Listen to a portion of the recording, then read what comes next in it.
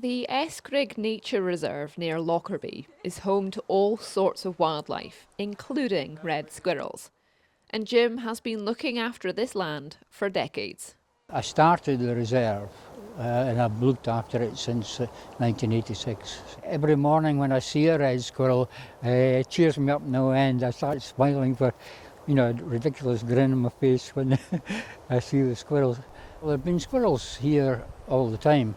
Back in the 1990s, there were probably about 34 squirrels.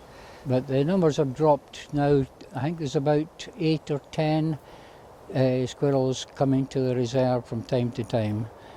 2 young ones this year, which is rather nice.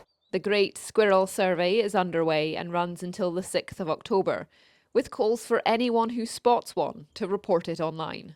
They're one of the 5 iconic mammal species in Scotland, and every person, I think, has that one unique moment of the first time they spotted a red squirrel, or for some people it'll be, every day in the back garden, but they're such an important part of our day-to-day nature here in Scotland. So really important to do everything that we can to protect them and ensure that, future generations have that opportunity as well.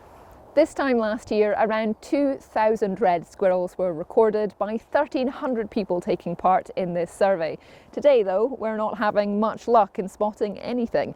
But it is important that sightings are recorded because the red squirrel population here in Scotland is under threat, not just from grey squirrels invading their habitat, but also from disease.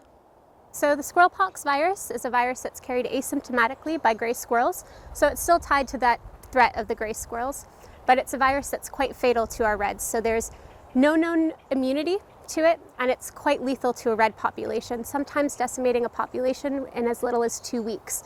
And so that has a really big impact when you're talking about smaller local populations like we have in the south of Scotland. So, it's unfortunate that the greys have to be managed to protect the red squirrels. If they didn't have the pox virus, who knows? I don't think they could still live together, but it wouldn't be as much a problem. But because they have this pox virus, it's pretty nasty. A red squirrel gets it, they're usually dead within 2 weeks. There is a lot of work that goes on to help red squirrels thrive. And this week, if you're lucky enough to spot one, you can play your part by reporting where it was. Isla Todd, ITV News.